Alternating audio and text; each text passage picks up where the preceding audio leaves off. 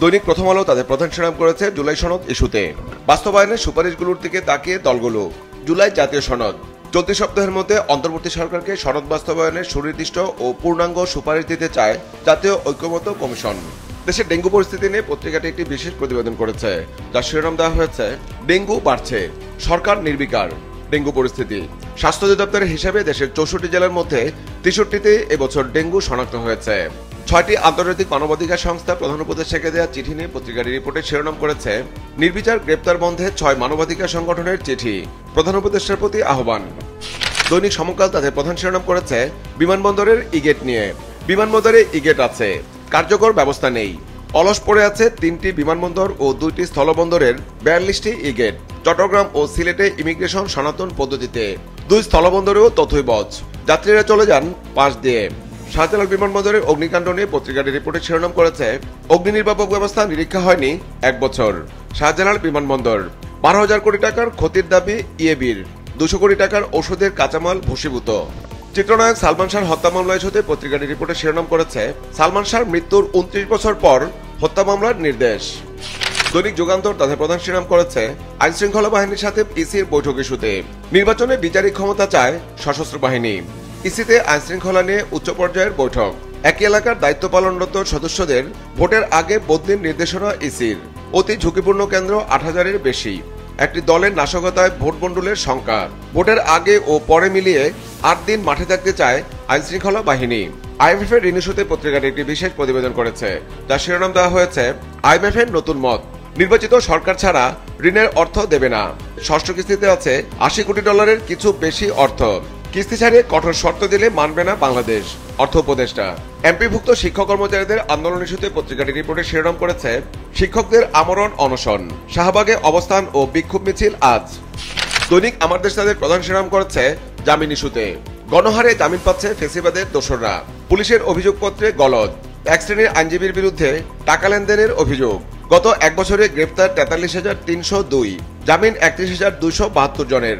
4 কারণে গ্রেপ্তার, জামিন পাওয়ার কারণ 3। জামিন অব্যাহত থাকলে সুষ্ঠু নির্বাচন অনুষ্ঠান হবে পুলিশের জন্য চ্যালেঞ্জ। বিশেষজ্ঞরা বলছেন অভিযোগের যথাযথ তদন্ত না হওয়ায় জামিন পাচ্ছেন অপরাধীরা। দৈনিক কালের কণ্ঠ তাদের প্রধান শিরোনাম করেছে তত্ত্বাবধায়ক সরকার ব্যবস্থা ইস্যুতে তত্ত্বাবধায়ক ব্যবস্থা ফেরার অপেক্ষায়। আপিল বিভাগের শুনানি আজ। জুলাই জাতীয় সনদেও তত্ত্বাবধায়ক সরকার কেমন হবে তা বলা হয়েছে। তত্ত্বাবধায়ক সরকারের প্রধান উপদেষ্টা ও উপদেষ্টাদের বয়স ধরা হয়েছে সর্বোচ্চ 75 বছর। 2 পদ্ধতিতে সরকার গঠনের উল্লেখ করা হয়েছে। সনদে প্রধান উপদেষ্টা বাছাইয়ের একটি কমিটি করার কথা বলা হয়েছে। জুলাই অভ্যুত্থানের হত্যা মামলা নিয়ে পত্রিকাটি রিপোর্টে শিরোনাম করেছে জুলাই অভ্যুত্থানের অধিকাংশ হত্যা মামলাই দ্রুত বিচার ট্রাইব্যুনালে। টেকনাফের ইয়াবা স্পট নিয়ে পত্রিকাটি একটি বিশেষ প্রতিবেদন করেছে, যার শিরোনাম দেওয়া হয়েছে ইয়াবার 60 স্পট টেকনাফ উখিয়ায়। মায়ানমার থেকে আনছেন রোহিঙ্গারা। মায়ানমারের 3 সশস্ত্র গোষ্ঠীর আয়ের উৎস ইয়াবা। এমপিভুক্ত শিক্ষক কর্মচারীদের আন্দোলন ইস্যুতে পত্রিকাটি রিপোর্টে শিরোনাম করেছে 2 দিনের আলটিমেটাম, যমুনা ঘেরাওয়ের হুঁশিয়ারি শিক্ষক কর্মচারীদের। আজ মুখে কালো কাপড় বেঁধে অবস্থান।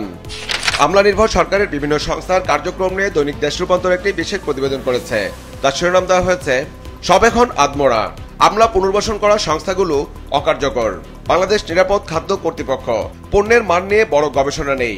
ভোক্তা অধিকার সংরক্ষণ অধিদপ্তর বাজারে দায়সারা অভিযান করছে।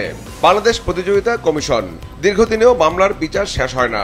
বাংলাদেশ ট্যুরিজম বোর্ড, পর্যটনে উন্নয়ন নয়, অবনতি লক্ষণীয়। জাতীয় নদীরক্ষা কমিশন, কর্তৃপক্ষ ও কর্পোরেশনের কাজই করছে এই কমিশন, ভেজালের গবেষণায় নয়। ব্যস্ত ফেসবুক পোস্ট নিয়ে।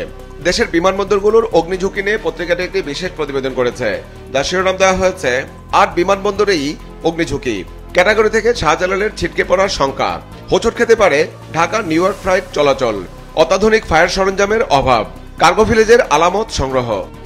মাওশির ডিজি নিয়োগ ইস্যুতে দৈনিক কালবেলা একটি বিশেষ প্রতিবেদন করেছে, যার শিরোনাম দেওয়া হয়েছে মাওশির ডিজির চেয়ার পেতে 61 কর্মকর্তার দৌড়ঝাঁপ। শুধু 14 ও 16 বিসিএস-এরই 61 কর্মকর্তার আবেদন। 14 মাসে 3 ডিজির বদলি। শিক্ষা প্রশাসনে অস্থিরতা। ডিজি খুঁজতে সার্চ কমিটি। যোগ্যতা যাচাই ভিন্ন 2 কমিটি। মোট আবেদনের সংখ্যা নিয়ে ধোঁয়াশা। 200 ছাড়ানোর তথ্য। তদবিরের নীতি নির্ধারকদের ধারে ধারে দিনরাত ছোটাছুটি। আলোচনা ছাত্রদল নেতা, সাবেক মন্ত্রীদের পিএস এপিএসরা। শিক্ষা প্রশাসনের অন্দরে তদবির ঘিরে গুঞ্জন। মুখরোচক গল্প। একে অন্যকে ঠেকাতে পরস্পরের বিরুদ্ধে রটাচ্ছেন কুৎসা। ডিজি নিয়োগ বিজ্ঞপ্তি ইতিবাচক। তবে অস্বস্তি ছিল প্রশাসনে। জামাত এনসিপির দ্বন্দ্ব নিয়ে পত্রিকাটি রিপোর্টের শিরোনাম করেছে, জামাত এনসিপি হঠাৎ টানাপোড়েনে নতুন মেরুকরণের আভাস। জুলাই সনদে স্বাক্ষর ইস্যুতে দূরত্ব আরও বেড়েছে। এডিবি নিয়ে পত্রিকাটি একটি বিশেষ প্রতিবেদন করেছে, যার শিরোনাম দেওয়া হয়েছে, এডিবির দায়িত্ব কাঁধে নিলেন জনপ্রশাসন সচিব। এক সংক্রান্ত অফিস আদেশ জারি করা হয়েছে, তবে এটি মন্ত্রণালয়ের ওয়েবসাইটে প্রকাশ করা হয়নি। নিয়োগ নিয়ে টানাটানি। শাহজালাল আন্তর্জাতিক বিমানবন্দরের অগ্নিকাণ্ডের ক্ষয়ক্ষতি নিয়ে দৈনিক আজকের পত্রিকা তাদের প্রধান শিরোনাম করেছে, বিলিয়ন ডলার ক্ষতির শঙ্কা, শাহজালাল কার্গো ভিলেজে আগুন, ওষুধের কাঁচামাল পড়েছে 200 কোটি টাকার বেশি মূল্যের, ঔষধ শিল্প সমিতি, ব্যাহত হবে শিল্পের উৎপাদন, বাতিল হবে অনেক রপ্তানি আদেশ, বেবিচক কাস্টমস বিমান, কেউই দায় এড়াতে পারে না, মন্তব্য রপ্তানিকারকদের।